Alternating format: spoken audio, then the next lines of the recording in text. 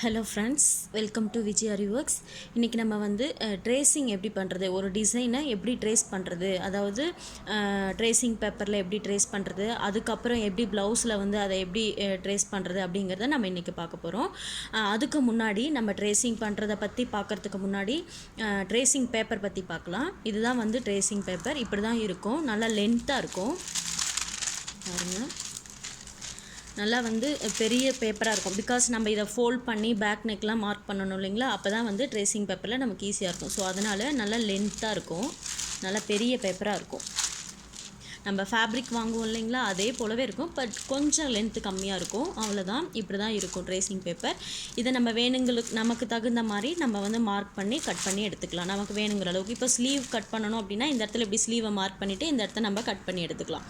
So அந்த மாதிரி தான் இருக்கும். நம்ம ஒரு ஃபுல் பேக் நெக், இப்போ ஃபுல் ப்ளவுஸ் டிசைன் பண்ணுறோம் அப்படின்னா இதில் வந்து கட் பண்ணி எடுத்துக்க முடியும். ட்ரேசிங் பேப்பர்னால் ரொம்ப சின்னதாக இருக்கும், அதில் எப்படி பேக் நெக் மார்க் பண்ணுறது அப்படிங்கிற நிறைய டவுட் இருக்கும். ஸோ அதை கிளியர் பண்ணுறதுக்காக தான் நமக்கு இன்றைக்கி எப்படி ட்ரேசிங் பேப்பர் இருக்கும் அப்படிங்கிறத பார்த்தோம். அதே போல் நம்ம கடையில் வாங்கும்போது பார்த்திங்கன்னா அதை நல்லா ரோல் பண்ணி கொடுப்பாங்க ட்ரேசிங் பேப்பரை. ஸோ இதை எப்படி வந்து இந்த மாதிரி நீட்டாக ஒரு நார்மலாக நம்ம ஒரு பேப்பர் மாதிரி கொண்டு வரது, அதாவது இந்த மாதிரி சுருக்கம் இல்லாமல் எப்படி கொண்டு வரது அப்படிங்கிறதுக்கு ஒரு சின்ன டிப்ஸ் சொல்கிறேன்.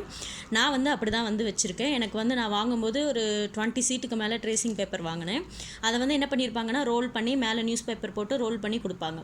ஸோ அதை நமக்கு தேவைப்படும் போது எடுக்கும்போது பார்த்திங்கன்னா அந்த ரோல் ஆகிட்டு நமக்கு டிஸ்டர்பாக இருக்கும், கட் பண்ணுறதுக்கு ஈஸியாக இருக்காது. அதே மாதிரி நல்லா கச்சன்னு அதை சுருங்கின மாதிரி இருக்கும். அந்த பேப்பரில் நம்ம மடக்கிட்டு திரும்ப, அதாவது கச்சன்னு சுருட்டிட்டு அதுக்கப்புறமா ஓப்பன் பண்ணி பார்க்கும்போது நமக்கு எப்படி இருக்கும், ஸோ அது மாதிரி இருக்கும்.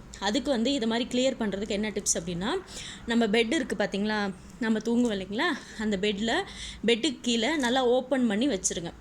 ஓப்பன் பண்ணி வச்சுட்டு அது மேலே பெட்டை போட்டுருங்க. உங்களுக்கு அது வந்து எப்போவும் நமக்கு எடுக்க தேவையில்லை, நம்ம எப்போலாம் ட்ரேஸ் பண்ண போகிறோமோ அப்போ வந்து நம்ம தேவைப்படுறப்ப இதை எடுத்துக்கலாம். ஸோ நான் அப்படி தான் வச்சுருக்கேன், நான் அப்படி தான் ஒவ்வொரு டைமும் எடுத்து கட் பண்ணிப்பேன். ஸோ அப்போ தான் எனக்கு ஃபோல்ட் பண்ணி எல்லாம் மடித்து ட்ரேஸ் பண்ணி எடுக்கிறதுக்கே எனக்கு ஈஸியாக இருக்கும். ஸோ அதனால தான் நான் அது போல் ட்ரேஸ் பண்ணிப்பேன். அதுபோல் பெட்டு கீழே வச்சுக்கும் போது இந்த சுருக்கம் இல்லாமல் மடங்கி அந்த மடிப்பாக தெரியாமல் ஒரு நீட்டாக நல்ல ஒரு நோட்டில் இருக்க மாதிரி, அந்த நோட்டில் நம்ம இருக்கும் இல்லைங்களா பேப்பரு, ஸோ அது போல் நல்லா ப்ளைனாக நீட்டாக இருக்கும். ஸோ இப்படி தான் இருக்கும் ட்ரேசிங் பேப்பர். இதில் நம்ம வேணுங்கிற அளவுக்கு கட் பண்ணி அதில் எந்த டிசைன் வேணும், எப்படி டிசைன் பண்ணிக்கலாம் அப்படிங்கிறத நம்ம ட்ரேஸ் பண்ணிக்கலாம். ஸோ வாங்க நெக்ஸ்ட்டு வந்து ஒரு சின்ன டிசைன் இன்றைக்கி நான் வந்து எப்படி ட்ரேஸ் பண்ணணும் அப்படிங்கிறத நான் இன்றைக்கி காட்டுறேன். இப்போ பாருங்கள், ஒரு சின்ன டிசைன்ஸ், சின்ன ஒரு பீகாக் டிசைன், சின்ன ஒரு மேங்கோ மோட்டிவ் நான் வந்து ரஃப்பாக ட்ராப் பண்ணி வச்சுருக்கேன். இப்போ வந்து பார்த்திங்கன்னா ஒவ்வொரு முறையும் நம்ம ப்ளவுஸ் டிசைன் பண்ணும்போது ஒவ்வொரு மாதிரி ட்ரேஸ் பண்ணுவோம். அந்த ப்ளவுஸ் டிசைனுக்கு ஏற்ற மாதிரி நம்ம ட்ரேஸ் பண்ணுவோம்.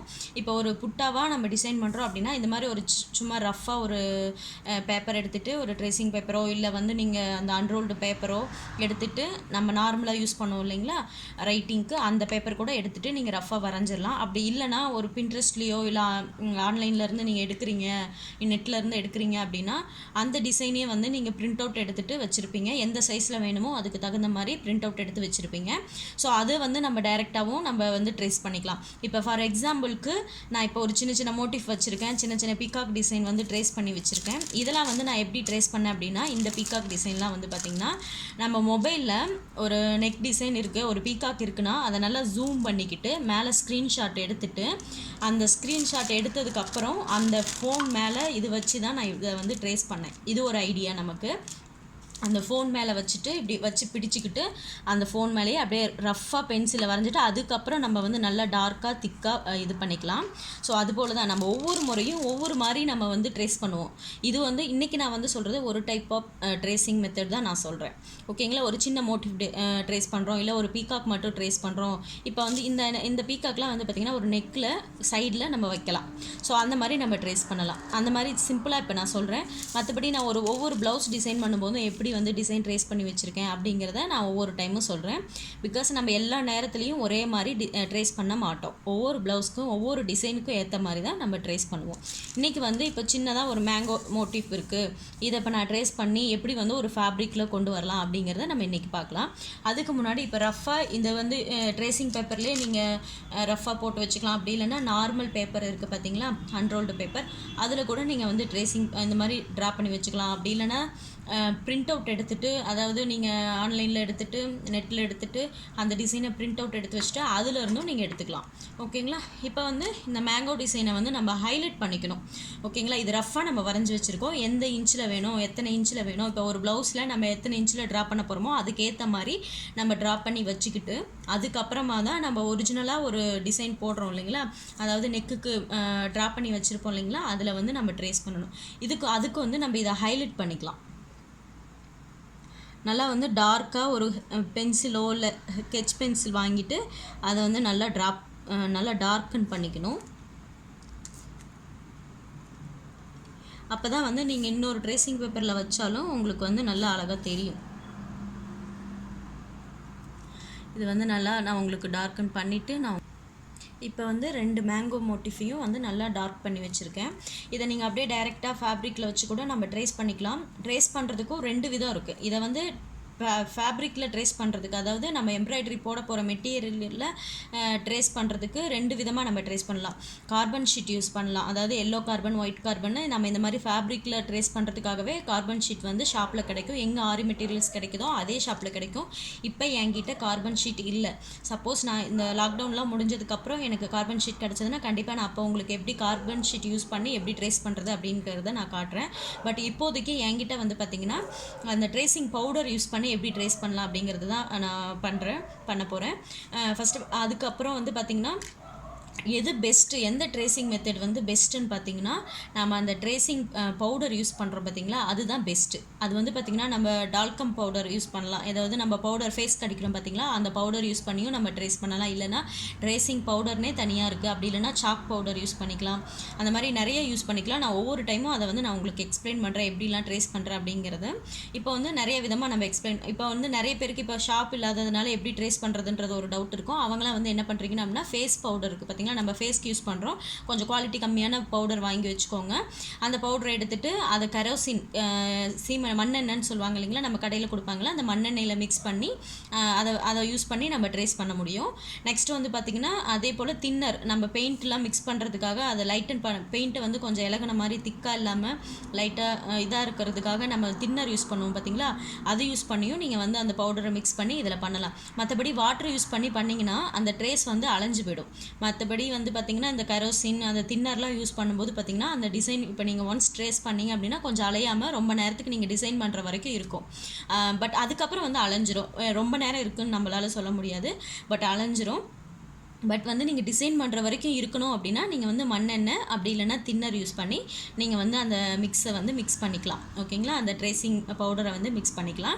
இப்போ வந்து இது என்ன பண்ணணும் அப்படின்னா, இதை நீங்கள் வேறு ஒரு பேப்பரில் இல்லை நெக்கில் நீங்கள் ட்ரா பண்ணிவிட்டு அதுக்கப்புறம் தான் ட்ரேஸ் பண்ணணும் அப்படின்னா, இந்த ட்ரேசிங்கை வந்து கரெக்டாக எந்த இடத்துல நீங்கள் நெக்கு ட்ரா பண்ணி வச்சுருப்பீங்க இல்லைங்களா, அந்த இடத்துல வச்சு கூட இது மேலே வச்சு திரும்ப எகைன் நீங்கள் இன்னொரு முறை கூட இதை நீங்கள் ட்ரேஸ் பண்ணிக்கலாம். ஓகேங்களா? இப்போ வந்து நான் அதை பண்ண வேண்டாம்னு நான் நினைக்கிறேன். நான் டைரெக்டாகவே நான் உங்களுக்கு எக்ஸ்பிளைன் பண்ணுறேன். இதை வந்து எப்படி பண்ணலாம், இதை எப்படி ஃபஸ்ட்டு அந்த பவுடரை யூஸ் பண்ணி ட்ரேசிங் பண்ணுறதுக்கு முன்னாடி இதை எப்படி பண்ணலாம், எப்படி இந்த இடத்துல ட்ரேஸ் பண்ண முடியும் அப்படிங்கிறதுக்கு நான் இப்போ ஒரு சின்ன டிப்ஸ் சொல்கிறேன். ஒரு ஃபேப்ரிக்கில் வந்து ட்ரேஸ் பண்ணுறதுக்கு முன்னாடி வந்து பார்த்திங்கன்னா நம்ம அந்த ட்ரேசிங் பவுடர் யூஸ் பண்ணுவோம் இல்லைங்களா, அதுக்காக இந்த டிசைன் மேலே வந்து ஹோல் போடணும். அதுக்கு வந்து நீங்கள் என்ன பண்ணுறீங்க அப்படின்னா, இந்த ஃப்ரேமு ஸ்டாண்ட் இருக்குது பார்த்திங்களா, அந்த ஸ்டாண்டில் ஃப்ரேமில் ஒரு பழைய கிளாத், அதாவது ஒரு லைனிங் கிளாத்தோ இல்லை நீங்கள் ஆல்ரெடி ப்ராக்டிஸ் பண்ண கிளாத்தோ ஃபிக்ஸ் பண்ணிவிட்டு அந்த கிளாத் மேலே இந்த ட்ரேசிங்கை வந்து வச்சுக்கோங்க, இந்த பேப்பரை வச்சுக்கோங்க. இப்போ வந்து பார்த்திங்கன்னா ஒரு நீடில், நல்ல வந்து நார்மலாக மெஷின் நீடில் இருக்கும் பார்த்திங்களா, அதை எடுத்துக்கோங்க. ஸோ அதை எடுத்துக்கிட்டு நீங்கள் வந்து அந்த கரெக்டாக அந்த டிசைன்லேயே வந்து ஹோல் போடணும். ஏன்னா கீழே அந்த ஃபேப்ரிக் இருக்கும்போது உங்களுக்கு இந்த ஹோல் போடுறதுக்கு ஈஸியாக இருக்கும். மற்றபடி தனியாக ஒரு நோட்டு மேலேயோ இல்லை ஒரு உட்டு மேலேயோ நீங்கள் வச்சு போடும்போது இந்த ஹோல் அவ்வளோ சீக்கிரம் அவ்வளோ நல்லா விழாது.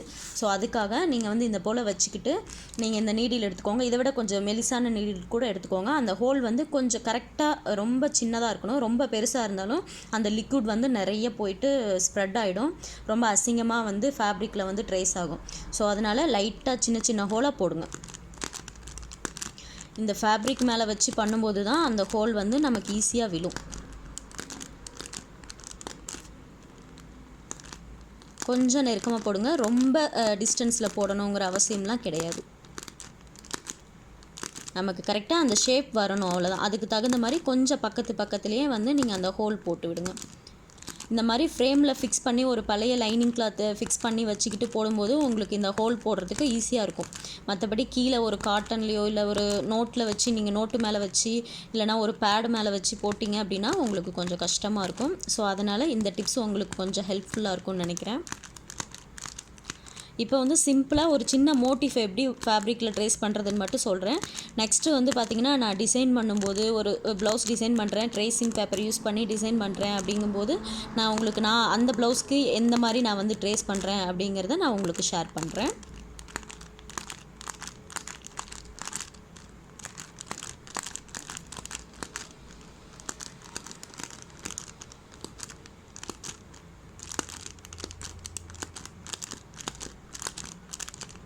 பாருங்கள், இப்போ வந்து அந்த ஹோல் ஃபுல்லாக போட்டு முடிச்சாச்சு. பேக் சைட் பாருங்கள், கொஞ்சம் நல்லா வித்தியாசம் தெரியும். பார்த்தீங்களா, அந்த ஹோல் விழுந்திருக்கு பார்த்தீங்களா, நல்லா தெரியும் பாருங்கள், அந்த ஹோல் விழுந்திருக்கு. ஸோ இது போல் தான் நீங்கள் வந்து சின்ன ஒரு நீடில் எடுத்துகிட்டு கரெக்டாக அந்த ஷேப்க்கு ஏற்ற மாதிரி கரெக்டாக அந்த ஹோல் போட்டு வச்சுக்கோங்க. நான் நெக்ஸ்ட் வீடியோவில் வந்து இது அப்படியே எப்படி அந்த ட்ரேசிங் பவுடர் எப்படி மிக்ஸ் பண்ணணும், எந்த லெவலில் மிக்ஸ் பண்ணணும், அந்த பவுடரோட திக்னஸ், அதாவது அந்த பவுடர் ரொம்ப தண்ணியாட்டம் இருக்கக்கூடாது, அப்படி எது மாதிரி ஃபிக்ஸ் பண்ணுறது, எது மாதிரி மிக்ஸ் பண்ணுறது எல்லாமே நான் உங்களுக்கு ஷேர் பண்ணிவிட்டு அதுக்கப்புறமா ஃபேப்ரிக்கில் வந்து எப்படி ட்ரேஸ் பண்ணுறது நான் உங்களுக்கு சொல்கிறேன். நெக்ஸ்ட் வீடியோவில் பார்க்கலாம். இந்த வீடியோ பிடிச்சிருந்தால் லைக் பண்ணுங்கள், ஷேர் பண்ணுங்கள், மறக்காமல் சப்ஸ்கிரைப் பண்ணுங்கள். தேங்க்யூ ஸோ மச் ஃபார் வாட்சிங்.